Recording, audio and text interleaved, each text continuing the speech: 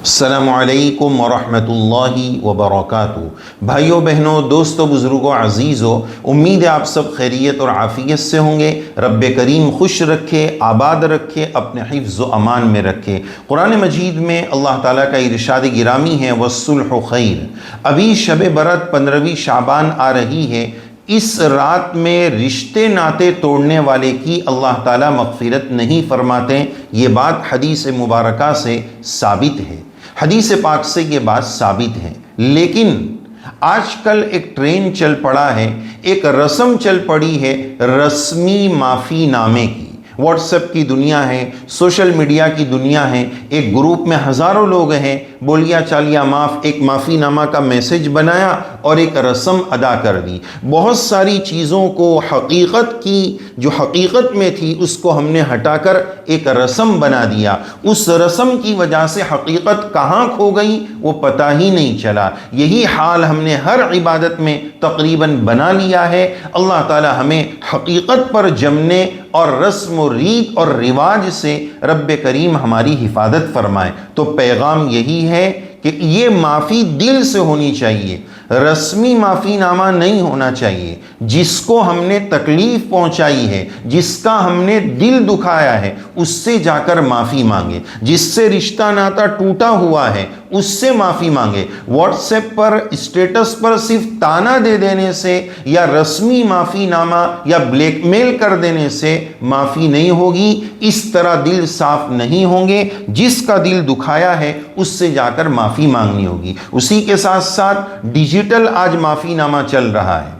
اگر ہم نے ڈیجیٹل معافی مانگی اور اللہ تعالیٰ نے بھی اس کے جواب میں یہ بتا دیا کہ جاؤ تم کو ڈیجیٹل جنت دے دی جائے گی، حقیقت جنت نہیں ملے گی، حقیقی جنت سے محرومی ہو جائے گی، تو ہمارا کتنا بڑا نقصان ہو جائے گا۔ تو ضرورت ہے اس بات کی کہ جس کا ہم نے دل توڑا ہے اس سے رسمی طور پر نہیں، عاجزانہ لجاجت کے ساتھ، عاجزی کے ساتھ معافی مانگنے کا اہتمام کریں۔ اور یہ بات بھی یاد رکھیں کہ معافی کے لیے شب برأت کا انتظار یہ بہتر نہیں ہے۔ موت و حیات کا کیا بھروسہ کہ کسی کا حق دبا کر، کسی کو مار کر، کسی کا مال لوٹ کھسوٹ کر کے، دبا کر کے، بہن کی میراث دبا کر کے اگر اس طرح دنیا سے چلے گئے، چند پیسوں کی لالچ کے خاطر اپنی قبر اور اپنی آخرت برباد کریں گے۔ تو معافی کے لیے شب برأت کا انتظار بھی مناسب نہیں ہے۔ اگلی بات ہم یہ بھی عرض کریں گے کہ اگر کسی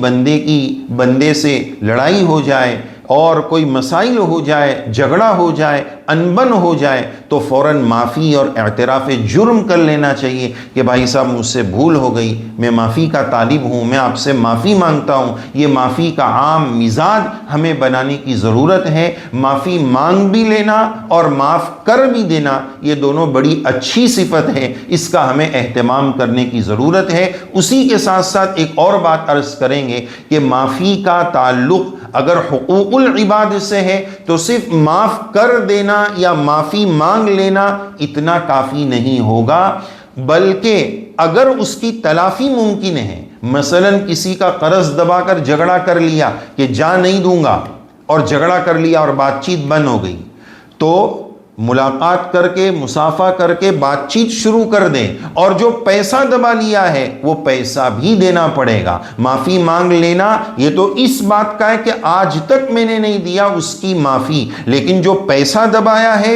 وہ معاف نہیں ہوگا، وہ تو دینا پڑے گا۔ اسی طرح بہن کی میراث دبا کر بہن سے لڑ کر بیٹھے ہیں تو بہن سے معافی مانگنا پڑے گا۔ یہ معافی اس بات کی کہ آج تک تیرا پیسہ ہم نے دبا لیا، لیکن اس سے وہ پیسہ معاف نہیں ہوگا، وہ پیسہ تو دینا پڑے گا۔ اسی طرح شب برأت میں اللہ سے توبہ کر لی اور معافی مانگ لی، لیکن ذمے میں فرض باقی ہے، زندگی کی نمازیں باقی ہیں، زکوٰۃ باقی ہے، تو وہ 15ویں شعبان کی معافی سے معاف نہیں ہو جائے گا۔ ان فرائض کی ادائیگی کا اہتمام کرنا پڑے گا۔ اللہ تعالی ہم سب کو حقیقت پر عمل کرنے کی توفیق نصیب فرمائے۔